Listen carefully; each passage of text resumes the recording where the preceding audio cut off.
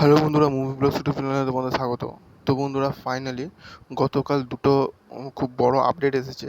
একটা প্রভাসের কালকি সিনেমাকে নিয়ে, এবং দ্বিতীয়টা হচ্ছে আনঅফিসিয়াল আপডেট, যেটা এসেছে রামায়ণকে নিয়ে।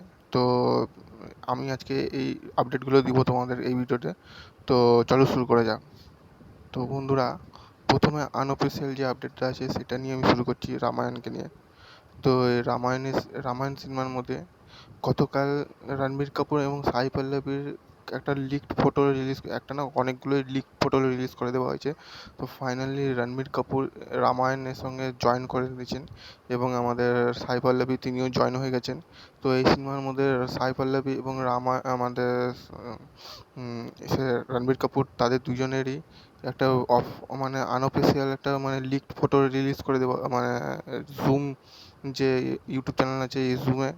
তো জুম চ্যানেল থেকে এইটা পুরো অফিসিয়াল মানে আনঅফিসিয়ালভাবে লিকড করে দেওয়া হয়েছে, মানে ইগুলো পিকচারগুলো, যেটার মধ্যে মানে আমাদের রণবীর কাপুর অ্যাজ শ্রীরাম এবং আমাদের মাতা সীতার রূপে আমাদের সাই পল্লবী রয়েছে।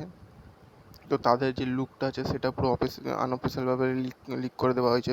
মানে আর এখন যে ড্রেসটা তাদেরকে দেওয়া হয়েছে, মানে অসাধারণ দারুণ লাগছে।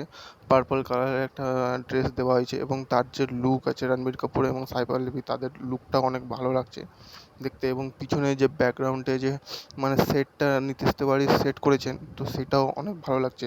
মানে আদিপুরুষের মতন যে মানে ভুল ওম রাওয়াত করেছিল, সেই ভুলটা নীতিশ তিওয়ারি করতে চাচ্ছেন না। এবং মানে তিনি পুরো উঠে পড়ে রেখেছেন যে রামায়ণকে অনেক ভালোভাবে তিনি ট্রিট করবেন, এবং ভালোভাবে তিনি শুটিং করে তৈরি করবেন আমাদের রামায়ণকে, রণবীর কাপুরের রামায়ণকে। এবং সেটা আমরা এই লিক ফটোতে দেখতেও পাচ্ছি, যেটা রণবীর কাপুরকে লুক দেওয়া হয়েছে, লম্বা লম্বা চুল এবং পুরো ক্লিন বিয়ার্ড রয়েছে, মানে কোনো দাড়ি মোচ কিছু নেই, এবং তার শরীরটা অনেক রোগা হয়ে রয়েছে।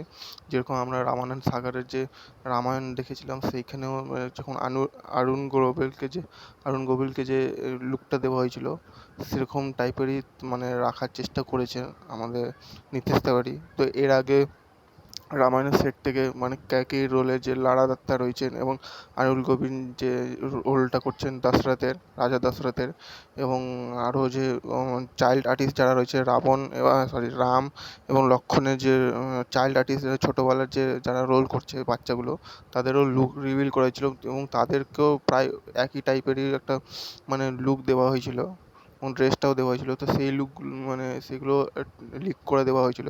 তো এইবারে রাম এবং মাতা সীতার যে লুক আছে সেটা রিভিল করে দেওয়া হলো।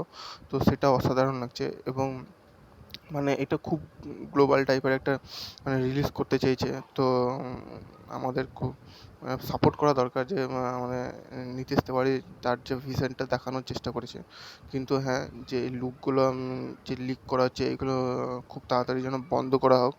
তো এটার একে তো ভালো যে হাইপ ক্রিয়েট করা হচ্ছে, কিন্তু আগে ক্ষতি হতে পারে। তো যখন কিন্তু পরবর্তী সময়ে ক্ষতি হতে পারে। তো যেগুলো আমরা দেখে রেখেছি এখনই লিকগুলো, তো পরে সেগুলো আমার অসুবিধা হতে পারে। তো যখন সিনেমাটার ট্রেলার টিজার আসবে, তখন সেটা মানে অনেকটা হাইপ করে দেবে সিনেমাটা। তো আজকের জন্য এবার পরবর্তী যে এইটুকুই ছিল রামায়ণের আপডেট, এবং পরবর্তী যেটা অফিসিয়াল আপডেট রিলিজ করা হয়েছে কালকি সিনেমাকে নিয়ে। তো সেটা হয়েছে কালকির ফাইনালি একটা নতুন রিলিজ ডেট মানে বলে দেওয়া হয়েছে, সেটা হচ্ছে 27 জুন। তো 27 জুন কালকি সিনেমাটা রিলিজ করে দেওয়া হবে ওয়ার্ল্ড ওয়াইডভাবে। তো এটাই ছিল আজকের আপডেট তোমাদেরকে। আর যদি ভিডিওটা ভালো লাগলে ভিডিওটাকে লাইক করো, চ্যানেলটাকে সাবস্ক্রাইব করো, এবং কমেন্ট করে জানাও তোমাদের আপডেটগুলো কেমন লাগলো। আজকের জন্য এইটুকুই, বাই।